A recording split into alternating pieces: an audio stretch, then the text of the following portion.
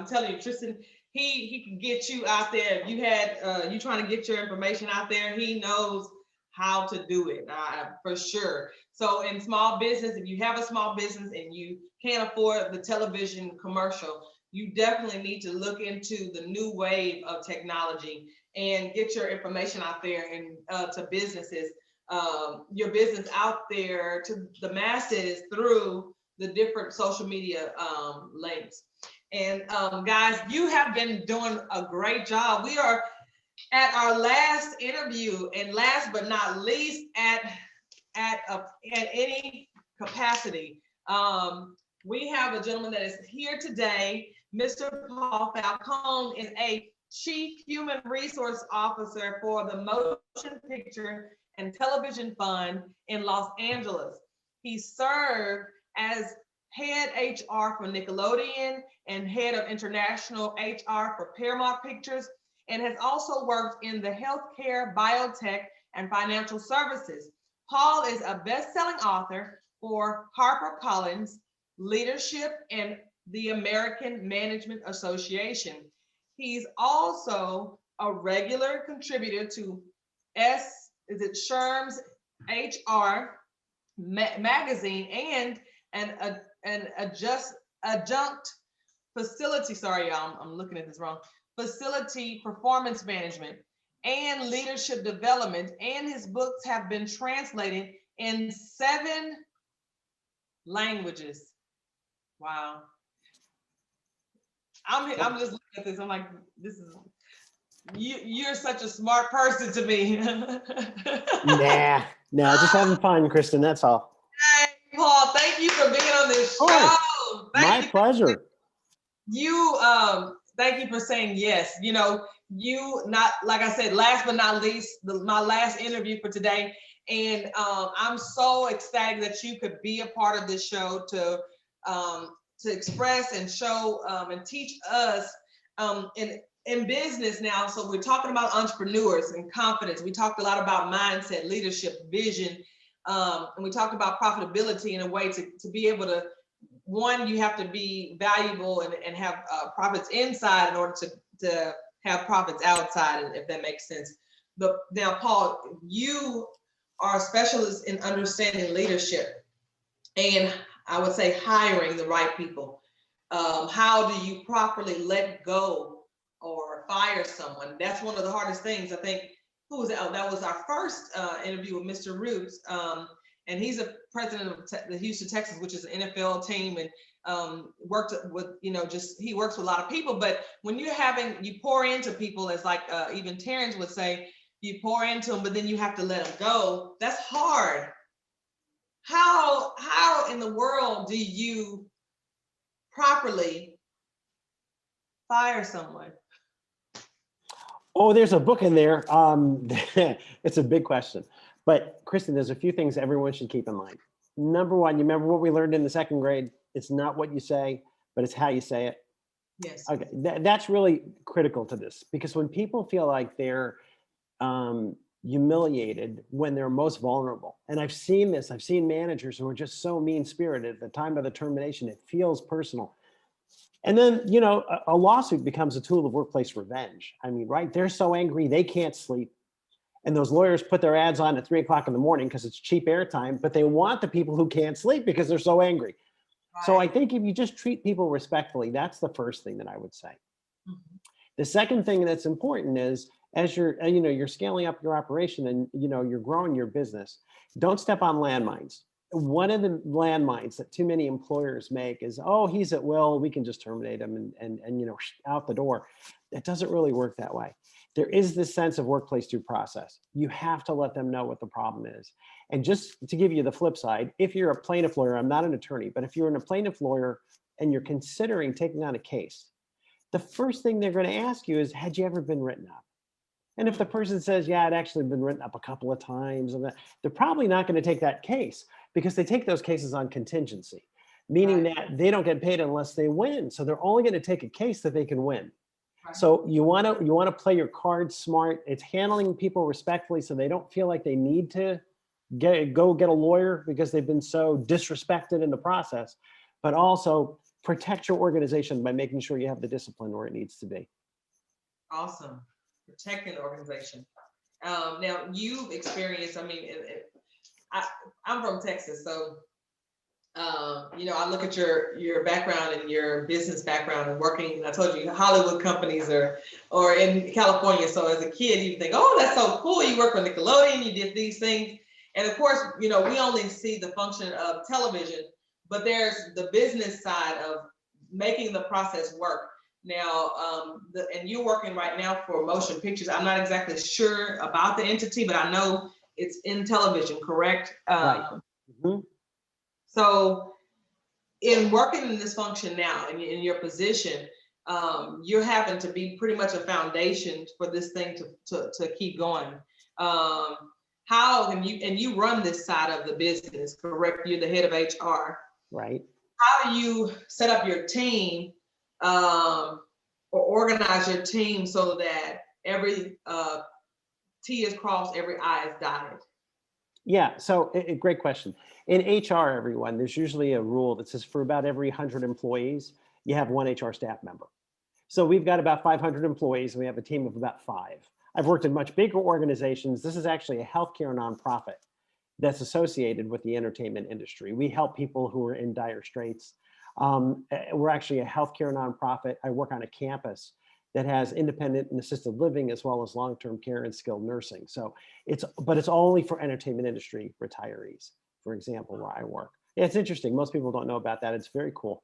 But the reality becomes, and I think what you always want to keep in mind is, as you grow your business, just make sure the people you're hiring are people that, it's easy to say, but make sure you've got something in common with them. Too many times I say it's like, people, we hire in our own image. We hire the people who we like, the ones we click with in an interview, and there's nothing wrong with that. But don't jump to that too quickly. You've got to do the diagnostics first. Realistically, you have to match that individual's personality to your organization's culture. So you want to ask the right kind of questions during the interview. And most importantly, and people don't do this and it shocks me, check references. Don't bring anyone on board without talking to at least 2 or 3 prior supervisors. Even if this is a first job out of school, talk to prior teachers.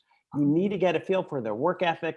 You need to get a feel for their level of accountability, their level of spontaneity. That's really, really critical. And I'm shocked to see people hire based on an interview without realizing there's a part 2, which is the reference. The references. You said diagnostic, excuse me. That is there a system that you write down and then you work in that function with each the 5 of your employees, or coworkers or whatever? Is there something that you systematically follow when you're hiring somebody, like a checklist, boom, boom, boom, boom? Yeah. And if you like a checklist, Kristen, it's fine. Some people want a little more spontaneity than feeling like they're linked to a checklist, and that's okay.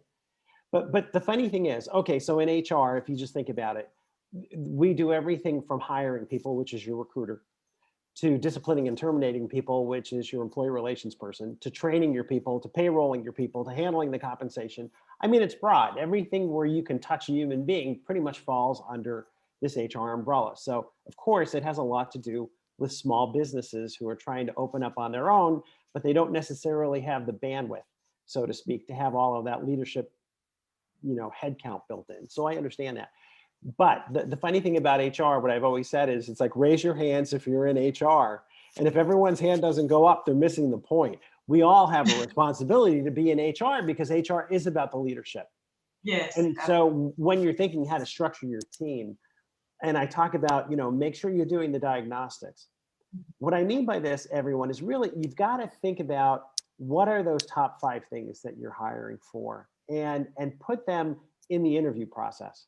So the interview process has to talk about things like, tell me how much structure and direction and feedback you prefer on a given basis, on a given day. Like, give me a feel for that. Or how many hours a week do you work in order to get your job done? Or tell me about your ability to accept constructive criticism. No right or wrong answer. Some people are a little bit, their feelings get hurt. Other people don't really care. Where do you fall on that spectrum? And you're starting to ask these questions that get into what their work style is. And there should be an element of trust that comes out of that over time, because there really isn't a right or wrong answer. It is a matter of, I want to make sure what's right for you is right for me, and what's looks right for me is also right for you. There's that spontaneity, but it builds trust in the interview. And I think that transparency is really critical.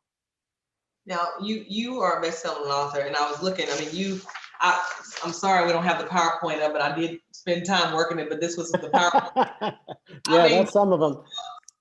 guys, I mean, he has so many books and 96 great interview questions to ask before you hire, 2,600 phrases for setting effective performance goals, the performance appraisal toolkit, 75 ways managers hire, develop and keep their employers, 101 sample write-ups for documenting employee performance problems. So this stuff is so important. And just running a business, I personally just know that if you don't have the right people, it's tiresome to have to hire somebody and then have to let them go in the next 2 or 3 weeks because they're not functioning properly, you know? So it's so important as entrepreneurs that when you find your people, you get the right match, you get the right one. Because when you do find the right people, it's like, it's a treasure. It's so awesome to have the right people. And then you can also see your business take off to a better level. So is there something, and I want to emphasize the 26 phrases for setting effective professional goals. So what about, can you tell me a little bit about this book and setting goals? Because we're talking about the employees hiring, but what about effective performance for setting goals? Can you tell me, just give me more details on that? I'm sorry, guys. Yeah, no, it's good. And Kristen, I'll make it easy for everyone. There's a very simple litmus test that I use that you can use in all of these scenarios, which is what I call favorite boss syndrome. Mm-hmm. And it's like, who is your favorite boss? And when you ask people that question, you know, tell me about your favorite boss. You don't have to tell me who it is, but describe the person to me and what happened. And, you know, they'll start to talk about someone who trusted me. It's someone who made me feel like I could do things I didn't even know I can do. Someone who always had my back. That's a great way to interview someone, right? Because really you're talking about professional and career development, not just what my needs are as the employer, but what your needs are as a candidate. And I kind of want to become that to you. From the interviewing process, it lends itself to the performance process. When you sit with people to do goals, you guys, here's a scoop, bottom line. Most companies don't do annual performance reviews. They hate them. They don't do any reviews at all. And it's like, you can do it that way and just kind of bump along. I think though, what would make more sense is ask your employees to meet with you once a quarter, leading up to the annual review. They do all the work, not you. Mm-hmm. And they prepare these quarterly meetings and they talk about what are your professional and your career goals? What about from an educational standpoint? What about from a professional networking standpoint? How do we build your LinkedIn profile? How do we build your resume?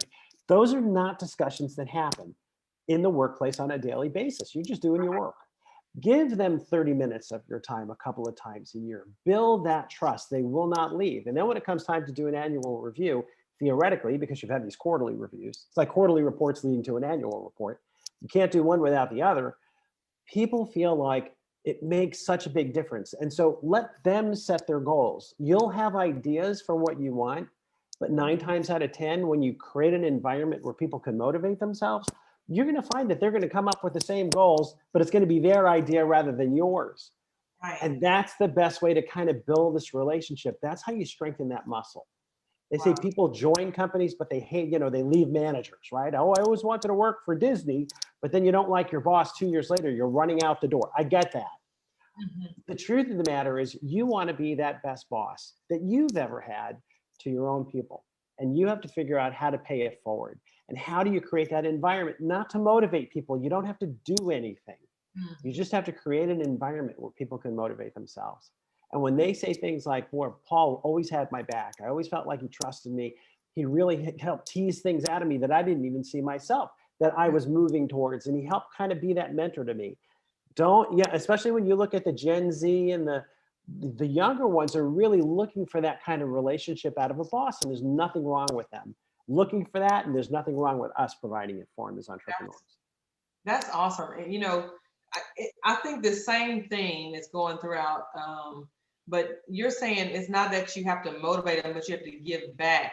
And giving back to me, when you're saying you want to help them with their link and you want to have a course or something that they can come and grow as a person, instead of us telling them what to do. But if they grow as a person, they're going to grow your company as well. So that's very interesting. And I mean, I've never heard of that before, just doing that individually, and even that before the general evaluation or something like that. So that's anybody that has your employers that are employers, that is a great idea. I mean, you need to really take note of that information. It's really good stuff. Now, 96 great interview questions. So in interviews, this book, Paul, I think this was your latest book, correct? That was the newest. Third edition came out a year ago. So yeah. Mm-hmm. But no, that book's been around a long time, Kristen. That book is as old as I am. But it's been through a number of editions through the years. So yeah, it's been around for a while. It's kind of a classic. And I'm happy to say it's been around, but it's fairly well known. Wow. How did you get the opportunity, even that as an author, like to write for these big publishing companies? Yeah, you know what? I always wanted to write a book. It was always my goal. So I started small. And I started pitching ideas to publish articles in magazines. And that kind of took off. It turned out I was a good storyteller. So as I was doing these articles in these magazines, one of the magazines was the American Management Association. And I knew they had a book publishing division, like a sister division. And I asked the person who was the editor, could you pitch a book idea? She said, I'd love to. And that's how I got my first book published back in 1995. So I've been doing this for a while. It's 10 books later, but yeah, we're still going, and I love it. My books, just so you know, Kristen, my theory has always been teach people what to do and show them how to do it. As a matter of fact, I'll rephrase that. They already know what to do. They just don't know how. So my books were like, in the interviewing scenario, here are questions to ask a senior exec versus a recent college grad versus a whatever.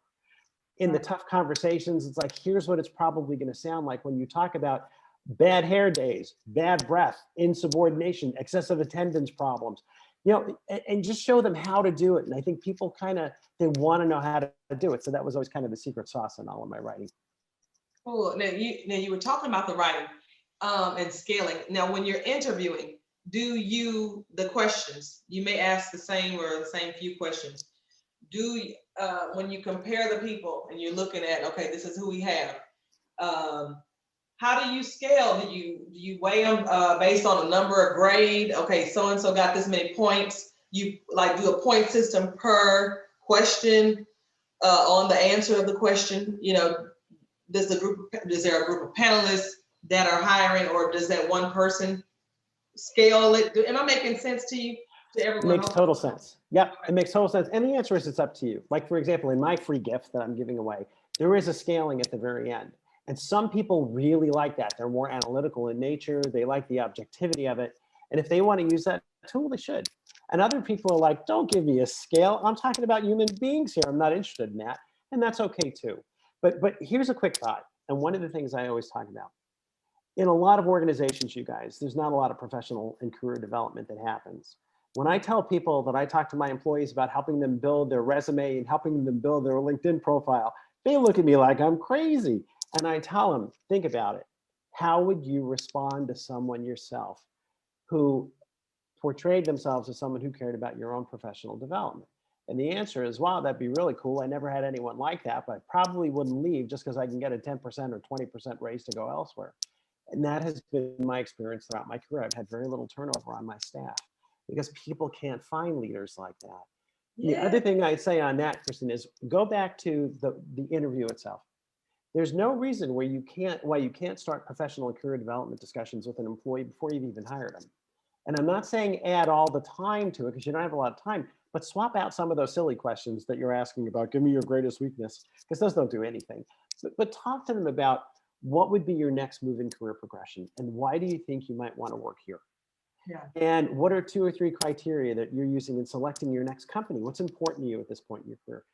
And the one I usually say for the end is, if you were to accept this job with us, how would you be able to explain it to a prospective employer 3 to 5 years from now? Why would this job have made sense in terms of your building out your resume and growing your skills?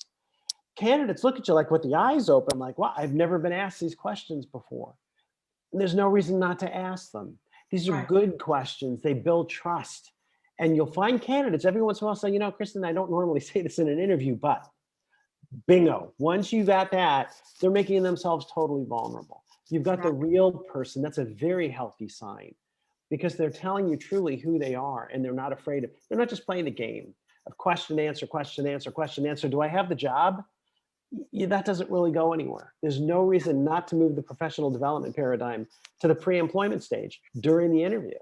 And it Yeah. also lends itself well to reference checks when you're talking to prior supervisors and asking them many of the same questions. How many hours a week does Paul typically work in order to get his job done? How is he in terms of accepting constructive criticism? Can his feelings get hurt? How much structure and direction and feedback does he need on a regular basis? Or can you pretty much leave him alone? Those are the critical things that match the personality to your culture. And that's how you scale up your business, one hire at a time. Cool. And a couple of interviews ago, and I heard one of the gentlemen saying that he definitely would do a personality test. And do you and your company, do you guys require some type of personality test? If so, then what do you use, or what do you recommend? Yeah, I don't. I never have. I'm not a big believer in that personally, because I think if you're doing the interview right and you're talking to the references the right way, I can get that done and I can save the money. But that's okay. There are a couple of different organizations out there, aptitude testing for industry. I can't think of some of the others off. I wouldn't spend too much money on them. If anything, they'll give you good insights that you can use to check the references. But don't use those tests in and of themselves as an absolute measure. They're not intended to be that. They're just meant to be a tool along the way. So you can use them if you choose to, but I wouldn't. Predictive index is the one I would recommend. And if you go online, predictive index, I think you can do a freebie and just get a feel for yourself. I did that one it takes 10 minutes to take the test. It scared me. I showed it to my wife. I said, oh my God, these people know me. It was really probably the best test I've ever seen. And it's very easy and it's fairly inexpensive. So predictive index, if you're going to use one, would be the one I would recommend. Cool, thank you. Sure. Now, thinking about the traits of a person when you're hiring, like what, over time, you've hired so many people, I'm sure through your experience with HR. And then when you have to look at who you're firing or who you're letting go, but what are the traits that the person has to have, or usually you look for in that person, so that you feel like they'll stay there at the company, they'll stay with you, they're a person you want to hire. What are those traits that you look for? It depends on the level, Kristen, but generally speaking, if you're asking me personally, what I've seen over the years, I'm looking for leadership, number one. And leadership isn't a function of management. Some people are excellent leaders, even though they're sole contributors. They're not in charge of anyone else. So that's number one. Number two for me is communication. I tend to like to communicate. I'm Italian. I'm fairly on the warm side, and I like to laugh a lot. But I tend to hire that. I want that with me. The third thing that I'm looking for is really strong team building skills. I want to make sure that they get along with everyone else, because when I get new talent, I look at it as an energy booster to bring the whole company up. Certainly not someone that I want to take away from my own time with, because there's problems, obviously. And I guess the fourth thing would be accountability. Are these people responsible? Do they motivate themselves? Do they have a good sense of ambition, curiosity? That's kind of how I round those things out. But for me, that combination of factors has really worked really, really well. Cool. That is so awesome. Yeah, it's fun. I knew this was gonna be a fun interview. I had Tristan was really good, and I thought, boy, I'm not gonna be as popular as him, but I'm gonna try. So he was good. I learned a lot on his. I wrote it all down. Well, you guys are all awesome. I mean, this whole summit's been a great day. Like, it's at the end of the day, my stomach is growling. I'm real hungry, but this stuff, I'm hungry for this too, because it's this information that you guys are pouring in. I mean, it's not just for the viewers, it's also for me. And I mean, this is good for anybody that's running company. I run, and I help run, and I run my own company. My husband has a company, and so it's like you have to keep growing. You have to continue to learn and hear other people and how they're doing things.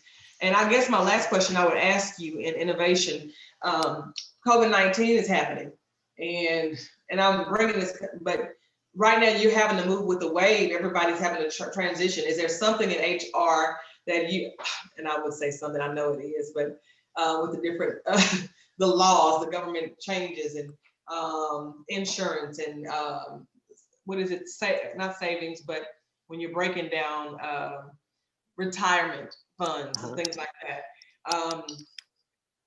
What have you done? What have you had to change, one? And then what do you think will happen in the future with HR because of all this? Okay, good. Now, and I'll be quick because of timing. So there's a few things, everyone. Number one, we've lost our ability as a society to sit around the campfire and pass around the peace pipe. We don't do it enough. We don't have that forum for the elders to pass along the wisdom to the younger generation. It was replaced by movies in the 20s, and replaced by broadcast TV and network TV, and on, now we do social media. The bottom line is we're not talking enough. I'm a big believer in having weekly meetings, for example, to talk about things just like this. Because if you make everyone part ownership and what the changes are, fully transparent, I'm not hiding anything, but I need you all because I need you, you need me, and that's what a company does. I think having that kind of openness in your relationship is really, really critical. That's probably, like, from an ending standpoint, if I want to end on one thing, I would say, as an HR guy, when I go into a unit and I talk to the management and say, do you have structured meetings with your teams? And they say, no, we don't need to do that. We've all been working here forever. That's a red flag for me, because that tells me that communication is probably missing. It's not as strong as it otherwise could be. And so my point to all of you is, regardless of how you're looking at things, you need to make your first hire. You need to make your 10th hire. You're making your 500th hire, whatever it is. Spend time on that interviewing piece, because if you're hiring the right talent, all the other problems fix themselves. You don't have to spend all this time on motivating them and all that stuff. They do it themselves. And you certainly don't have to spend time on what I call leadership defense, which is discipline and tough conversations in terms for because now, again, it's not always going to be a perfect hire. You're making high probability hires. You're putting all the stuff together to kind of make for someone who has a high chance of success. Don't beat yourself up if you're not there every time. But my humble opinion, after having written 10 books on this stuff, if there's one area people need to get better at, it is spending time on defining what's important to them in the hiring process and making sure that they're passing that along to their frontline leadership teams to make sure everyone's on the same page. Absolutely. Wow. Guys, are you taking heed to these nuggets? I hope you are. I mean, this is great stuff. This is like the end of day, and I'm full. Like, literally I'm full, but I'm hungry because I'm hungry for food, but I am full of the information. And Paul, thank you for saying yes to be a part of this show. My first show, and I plan on doing many more in 2021. But I'm grateful for your presence. And you don't know me from Adam, but I vetted you out of many, and I'm so grateful that you said yes. And thank you, Kristen. Likewise, very nice to be, especially I didn't realize this was your very first show, so it's an honor. Thank you for inviting me. It is, and not just that, but you're a new grandfather right now. I am. Yes, we have we're first-time grandparents, my wife and I. We've got a 3-week-old now. My daughter had a baby, so it's really exciting. Thank you. Congratulations. Well, thank you, Mr. Falcone. I love your last name, Falcone. Thank you for just being here. Grateful. Guys, thank you. Let me make sure nobody has questions. Oh, everybody, you're getting some good reviews in here. A lot of information today. Awesome. Thank you. And well, thank you, Paul. We'll hopefully connect again. And that sounds great, Kristen. I know you have a busy day ahead, more things to do. So Absolutely. Happy New Year, everybody. Same to you. Okay. Thank you. Bye-bye. Guys, so woo, how many, let's give a hand to all of our speakers today, all our interviews. I hope that the information that you got, I know you're full because I got a lot of information. I mean, I'm gonna have to go back and watch these tapes and write down because I didn't get to write everything down while I was interviewing, but I'm like, okay, I gotta write that down. What's the name of that again? So I hope you guys are writing things down. Again, I'll put in the link. If you guys do want to watch this, you can watch a replay, a lifetime. You can watch it if you become a VIP member and you are a part of this this event. For $47, you can pay for it and you can get lifetime access to hear or to watch these videos for your information and for the knowledge and information you can use. And then you'll be able to get access into our next webinar, which will be it won't be like this. It'll be an interactive webinar where you'll have to do some things. And this will help you in your leadership and vision strategy in running your business. So guys, this is such a dream come true for me. And I want to just thank you all. Let's thank our team, the whole team that's made this happen. The live support, web designers, my mother for watching my kids, my husband, and sister, and just everyone in the office too that's helping me. You guys have all made this possible. For all of you guys that are viewing, thank you. And of course, thank God for just making this possible, allowing me to be here. Guys, God is so good and I'm grateful. I'm gonna be 40 tomorrow. So 40 years, I finally have my own talk show online. Here you go, the start is getting started. Hey.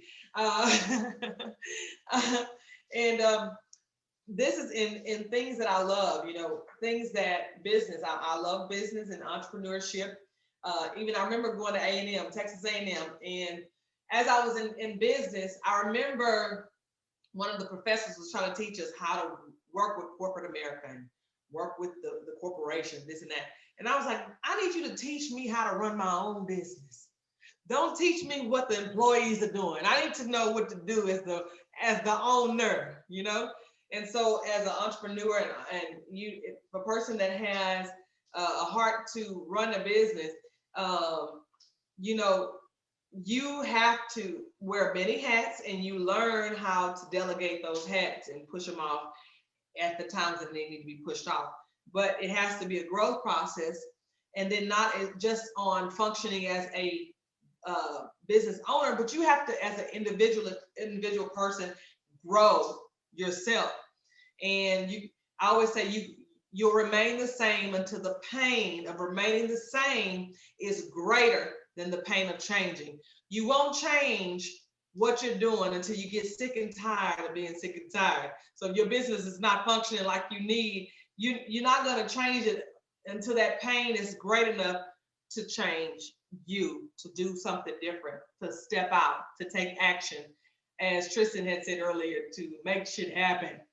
Go do it. So all those that are sitting down or that are thinking about starting a business, get out there, do it. If you're tired of sitting on your rear, then come up with your plan and do what you need to do. A lot of this information was good for you and it can help you catapult you to the next level. So take this information, meditate on it, think about it. Think about what you can do as a person and as a business owner. If you don't own your business, if you want to decide to do a business, use your gifts to help around you, problem solve. You can solve something. If you can solve a problem, then you can find a way to create revenue for yourself. Don't wait for somebody to give you something or a job, or you can create it yourself. But you got to believe that you can do it. So a mindset, coming into the mindset, and I've heard too over time, they said also giving, not just the mindset, but it also said, send information. Okay.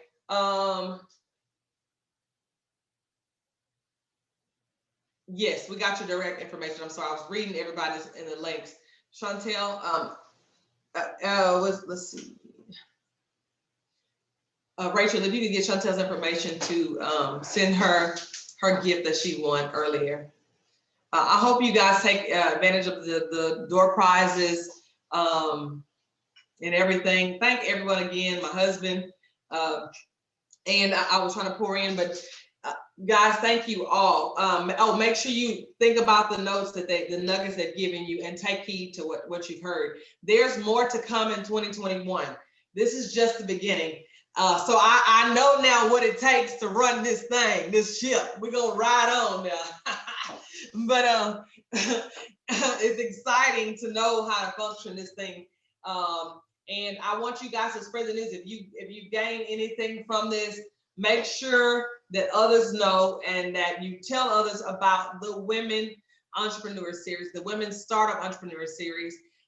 There's more to come. It's going to be, of course, I'm a mother, so we'll have people talking about, and specifically time management is something that is important. And then also when you're running a business, going deeper into strategy. There has to be a place of planning when you're running your business.